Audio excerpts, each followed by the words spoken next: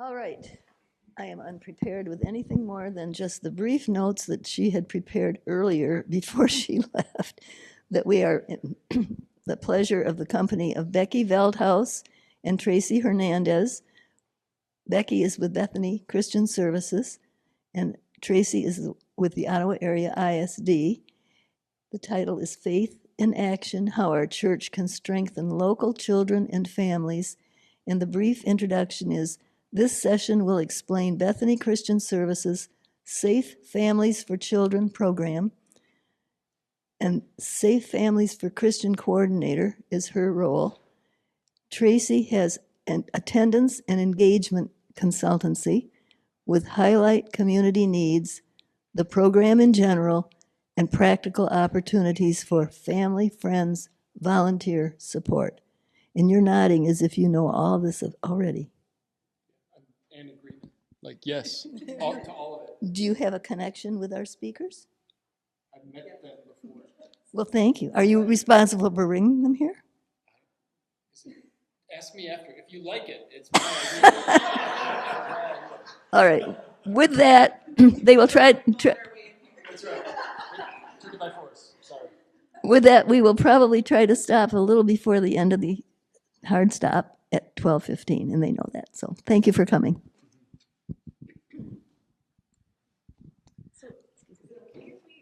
Is it better if we just speak loudly? That sounds great. Speak loudly. Okay. We need the mic for the streaming, though. Yeah, there's people watching you online as well. Oh, okay. Well, can you guys hear me okay? Okay. Good morning. Thank you so much for having us. My name is Becky Veldhaus. I work in the Safe Families for Children program at Bethany. Is anyone here familiar with Safe Families? Is it a new concept-ish? Okay. Any personal experience or just you've heard about it? Okay. Great. Well, Safe Families for Children is a program. We work alongside churches to support families in our community.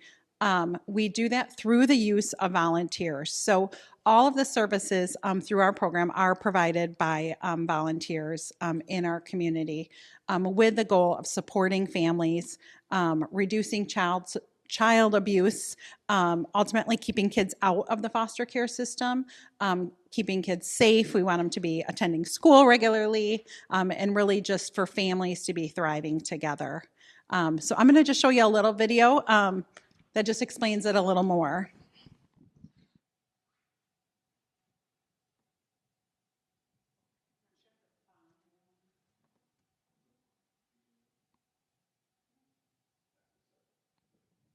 We are not tech-savvy. Somebody else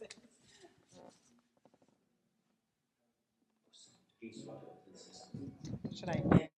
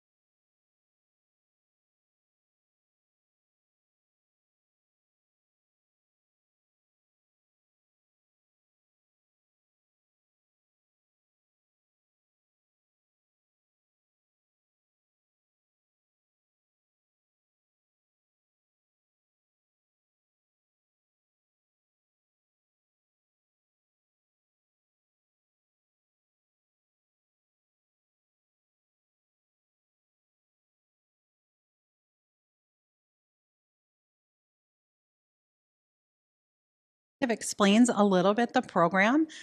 So we have different volunteers that we are looking at. Host family is kind of what a lot of people know our program for, and that's where kids go into host families for a short period of time. It is a voluntary program, so it's very different than foster care. It's voluntary both on the volunteer side as well as the parent side. So situations that use host families, we have parents that might be going to jail for a short period of time. We currently have a situation of a mom that she works at Taco Bell. She has daycare during the week. She can't find daycare on the weekends. So we provide what we call a day hosting. So that would be not overnight, basically providing childcare for that mom when she is assigned to work on the weekends. Hoping eventually that she'll be able to move into like an 8 to 5 Monday through Friday job, but that's just not always obtainable for everybody. So we have a mom that's delivering a baby in March. So we will be hosting her, actually 7 children for a week while she has her child. So those are kind of some examples of when we need hostings. We have another mom that's going to be entering substance abuse treatment for 90 days. We'll be hosting her daughter. While we're doing that, we're looking for actually a family friend or family friends that would be willing to step in to provide transportation from the host home to school. We have a family that's willing to care for her. They both work full time, so they're just not able to provide transportation. So that's where our family friends can step in and help out with getting her back and forth to visit her mom, as well as getting the child back and forth to school. We also have family friends that help out. I just had a call right before Christmas from a mom that she was signed up for Angel Tree, but her child with special needs and couldn't be exposed to germs in the community. So one of our family friends actually went to Angel Tree. She FaceTimed with mom and let mom pick out presents for her kids. So we have lots of flexibility in what family friends can do. Other situations, we've just had family friends that have cleaned for a mom whose baby was in the hospital. They actually cleaned, they made some meals. So there's just a lot of flexibility because we are privately funded, and our volunteers are really our biggest asset. They also mentioned family coaches. Family coaches, they work more with the families, providing resources. They also check on the kids while they're in the host families. So we want to be making sure we're doing due diligence to keeping kids safe when they're in host homes. So once a week, we have a family coach that goes into the home and checks on the child, make sure they're feeling safe, making sure they're communicating with their parents if they're, regularly, because we want to keep that relationship. Our goal is to get the child back with their family. So we want to encourage that relationship as much as we can. And the family coach is kind of that role to do that. They also mentioned resource friends. So a resource friend is just basically someone who is open to receiving requests. So I have an email list. I might send a list out and say, I have a mom that is in need of clothes for her 10-year-old girl. Does anybody have any clothes? They just email me back, yep, either my daughter just outgrew her clothes, I'm willing to pass them along, or I'm willing to shop for her. That is kind of our role of a resource friend. We also eventually, if a church decides to become a Safe Families Church, we have a ministry lead, and that's someone who's the church contact. So they would maybe help doing some recruitment of volunteers, kind of promote Safe Families. Also, they might be, let's say we had a family friend that was driving someone to school, and that person told them that they didn't have food in the home. The ministry lead or the family friend would then reach out to their ministry lead, who would then maybe reach out to the resource friends or the church in general and say, hey, we have a family that's struggling with food. Is anyone willing to step in and help? So that's kind of the different volunteer roles. Like I said, there's lots of flexibility within them, both with commitment, time level. There's just lots of different opportunities that come up. Also, while I'm speaking today, I should have said this earlier, if anybody has any questions, feel free to jump in at any time with questions. And one specific thing that came up was the need for transportation to kids to get them back and forth to school. That's become a huge need locally as well as everywhere. And that was kind of how Tracy and I became connected. So she's going to talk a little bit about that need. So I'll give you a little background. I worked for Holland Public Schools for 21 years. Megan was a student there when I worked there. And then 7 years ago, I switched over to the ISD. And so my role was truancy. So half of my role is making sure students are in school and attending school regularly. That's a tough job. McKinney-Vento is my other role. I'm the McKinney-Vento Regional Grant Coordinator for Ottawa County. Or Ottawa area. We do go into Allegan a little bit. And so McKinney-Vento is a federal law that was created to protect the educational rights of our students that are experiencing homelessness. So homelessness for us is a bit different. The definition is a little different than like the HUD, which is unsheltered. So if we have students that have been evicted from their homes and they're doubled up living with family or friends, that's considered a family that's experiencing homelessness. They're living in their car, living in a shelter. And I know it can be jarring for some people to hear that we do have a large population of students that are experiencing homelessness. Megan, if I just could ask you, like, how many students just in Holland Public Schools do we have identified right now?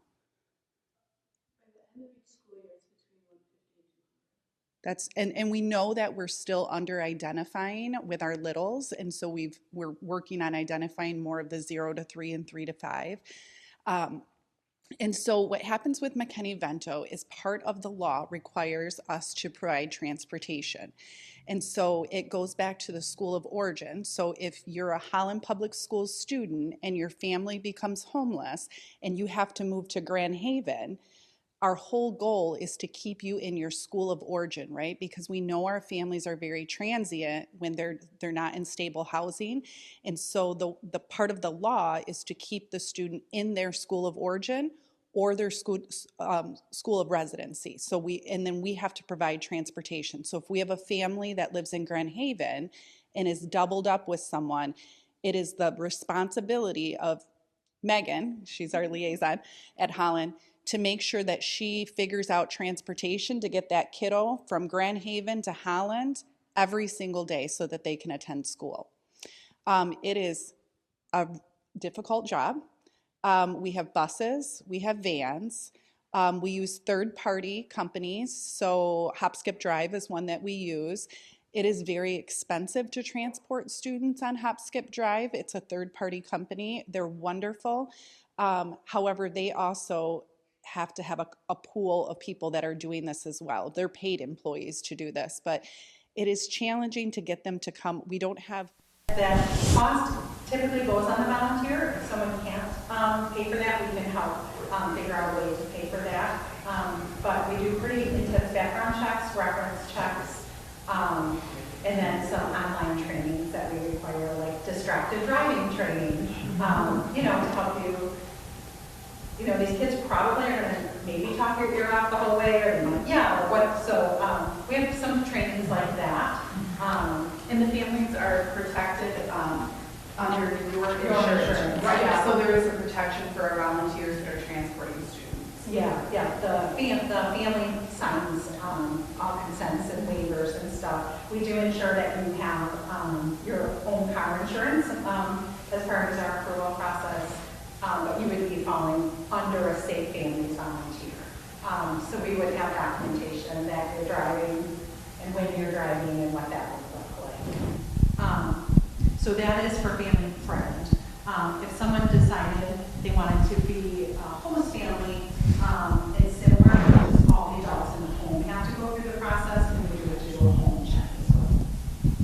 So sometimes our family and friends will decide they want to be approved as a host family, because sometimes they develop a relationship with the child or the children, and then they want to have them over to their house for dinner.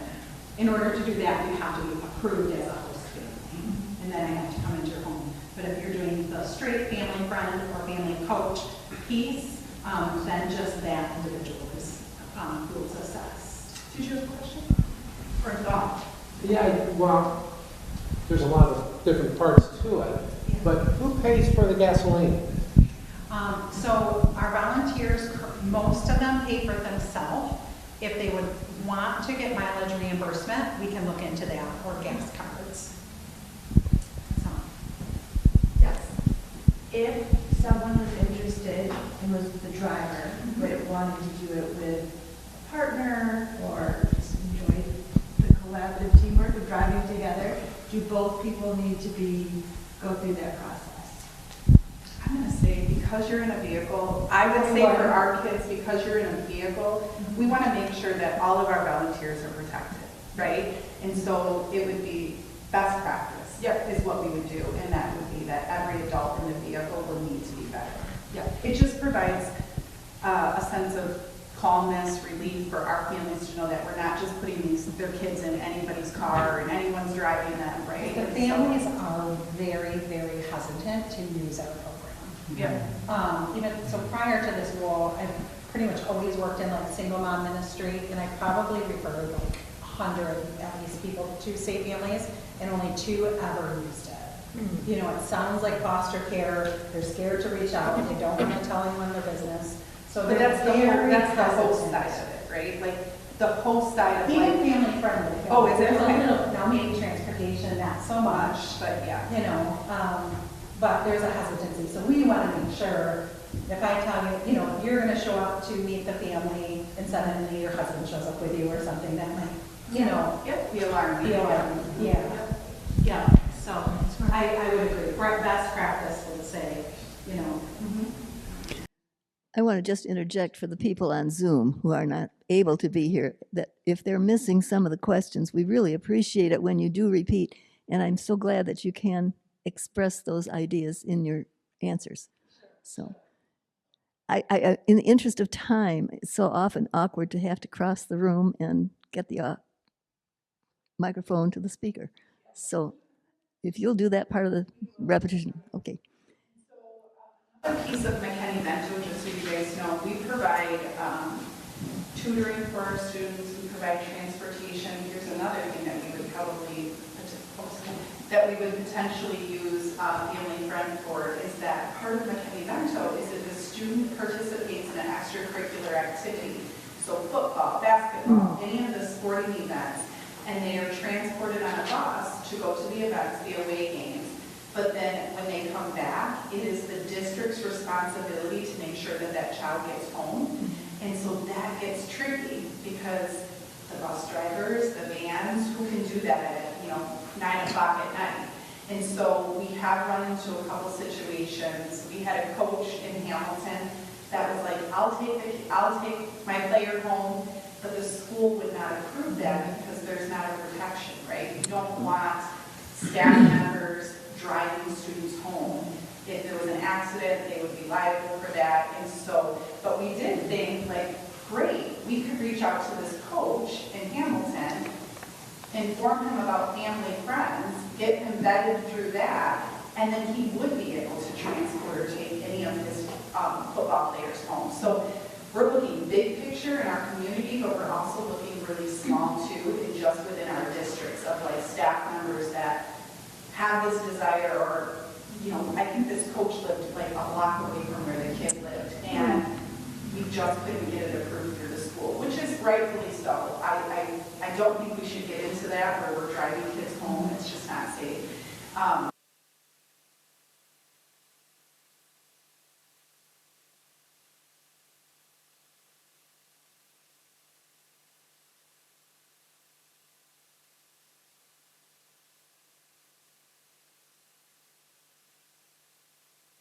Anything at all about whether you're 501c, or are you able to get what you need as far as funds?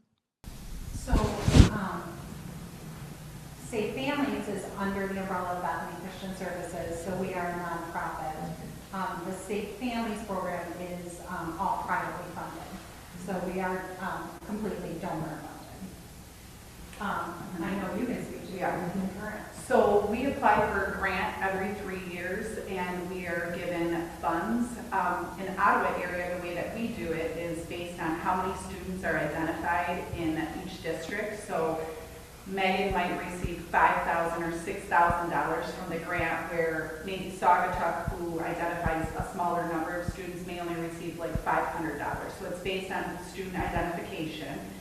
That money is pushed out to the districts, and they utilize that, but when it comes to transportation, you can only use McKinney-Vento funds for what's called stopgap, meaning if Megan was working with busing and trying to get busing set up for 2 students, she could pay for like Rosebud Taxi for about 2 to 3 days out of the McKinney-Vento funds, and it's stopgap, and then the rest of that goes on to the district, and so that comes out of their general funds. And so there are times where we cost share, so the School of Origin and the School of Residency will cost share 50% if they can't find any other arrangement. But there's districts at the end of the year that get hit with a $50,000 transportation bill for one student, because it's an entire school year of transporting that student. So McKinney-Vento, if you were identified on day 1 of school or any time through the school year, you've been identified as a McKinney-Vento or a family experiencing homelessness, you will receive those services throughout the entire school year. So on day 1, you are McKinney-Vento. If 5 days later your family finds secure housing and you are now in stable housing, it is still the responsibility of the district to provide transportation and to provide all the services that we provide under McKinney-Vento. We do that because so many of our families find stable housing, but then become transient within a few months again. And so we want to make sure that things are stable for the student and that our liaisons are not having to re-identify everybody because our families are so transient. So it's an entire school year that they get. And I would, and this is the same, this is probably a big dream picture, but I would think how awesome would it be if we had a family with a family friend, they made a relationship, maybe they told their family friend their family was struggling, and maybe we could step in as a church or as an agency and keep them from becoming homeless. You know, maybe we're gonna let them know of resources, maybe we can be the resources for them to maybe provide a little more even stability to stop some of that constant moving. I think something that we often forget about our families is that we're stable. Most of us in this room are very stable. There are moments in our life where things feel very overwhelming and you're stuck. You're just stuck. You don't know what to do next, right? And so we always try to go back to the humanity because it can be frustrating, right?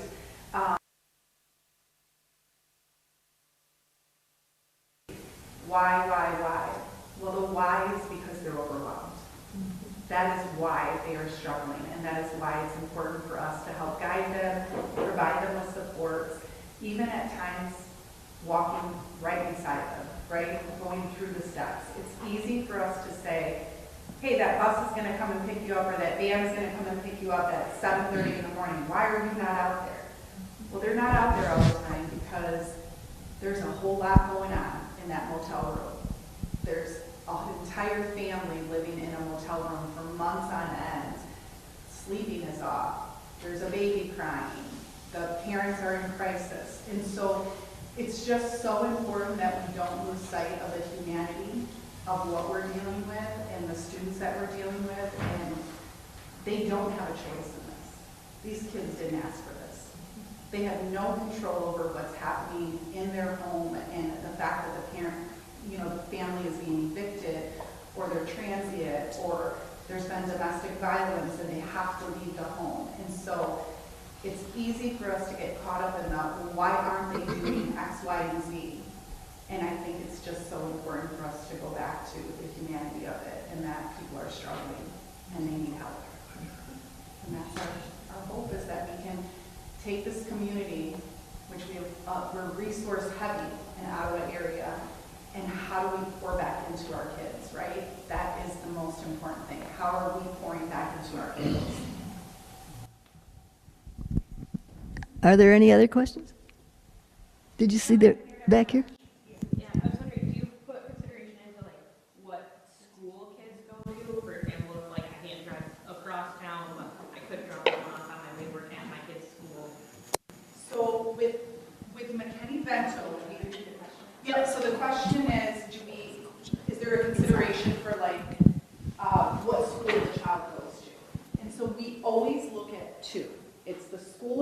origin, meaning the school that they've currently been attending, and they have relationships with the staff there, they have friends there, that is their school of origin, right? They became homeless, and the school of residency could be anywhere. It could be Hamilton, it could be Grand Haven, it could be Grand Rapids. Our goal is to always keep the student in the school of origin so that even if the family has to move 2 or 3 times during the time that they're experiencing homelessness, the child's education doesn't change. If we have a family that moves, let's say, on the other side of Muskegon and is a Holland student, we certainly take that into consideration, and we do what's called a best interest? Yeah, determination, and what is determined is how long is that child going to be on a bus? How long is that drive going to be? We typically are about, there's no limit, but 45 minutes to 50, you tell me, is that about right? We cap off at an hour. An hour. So we don't want kids traveling for more than an hour on a bus route or a van. And so let's say that did happen, we would sit down with the family, our liaisons would sit down with the family, go over the best interest and say, based on transportation, we feel like it is in the best interest that they attend their school of residency. And then we would help make that transition. We would do a soft handoff to the school of residency and then make sure that their needs are being met in their school of residency. And I'm guessing you were asking on like maybe on the volunteer side. So yeah, so volunteers would never be locked into any route. So like currently I have a 10-year-old that needs to go from the north side of Holland to Vanderbilt. So I put that out there too. I give like general cross streets. So I say I'm looking for, we have a upcoming hosting. I'm looking for transportation from Riley and Lakeshore area to Vanderbilt. And these are the school times. So I'm never just going to ask a volunteer like, hey, will you transport this child without, yes. And that's where we're really hoping to expand, because I do think there are people with kids in school who are like, if I knew that there was a need, I would be happy to jump in and help. The schools can't ask parents directly. So yeah, so we are hoping to grow that way, but definitely any volunteer would know that. And for volunteers, it's okay to say, hey, I'm willing to do it after school on Mondays. That's all, we don't have to commit to like this person for 90 days. I realize I might be piecing some people together. And from the school's perspective, if we can say, hey, we can do Monday and Tuesday, and they have to figure out Wednesday, Thursday, Friday, that's probably a whole lot better than them figuring out Monday through Friday. Because in this situation, the principal already told me they are willing to help however is needed. They want to keep the little girl in her school. Originally, this has been a case that's been ongoing for a little bit. She was not even going to be able to stay in her school because we couldn't find a host family that could take her locally. So she was going to have to go to Rockford. We then determined Rockford was not going to be, it wasn't fair to her to be in the car that long. Now fortunately, there was some delays in mom going into treatment due to insurance. So we were able to locate a home in Holland. Now we're working on the transportation piece. But yeah, you would always know up front kind of what you're agreeing to. Complete volunteers. Nobody's like locking in. The flip side, obviously, this is something the kids need to get to school. So we're looking for, reliable, dependable volunteers. But I've never had an issue on that side with the volunteers. But, and let's say something happened where, the child moved, then I would go back to the volunteer and say, hey, the family was in this hotel and now they're in, living with grandma on the other side of Holland. Are you still willing? And if it didn't work, that's fine. Yeah. I wonder if we would, so you're saying because I do think some families that would volunteer, everything is expensive right now for all of us. Mm-hmm. And so if gas is an issue, we definitely want to find ways to help support that. Mm-hmm. And I'm thinking out loud here, and I'm wondering,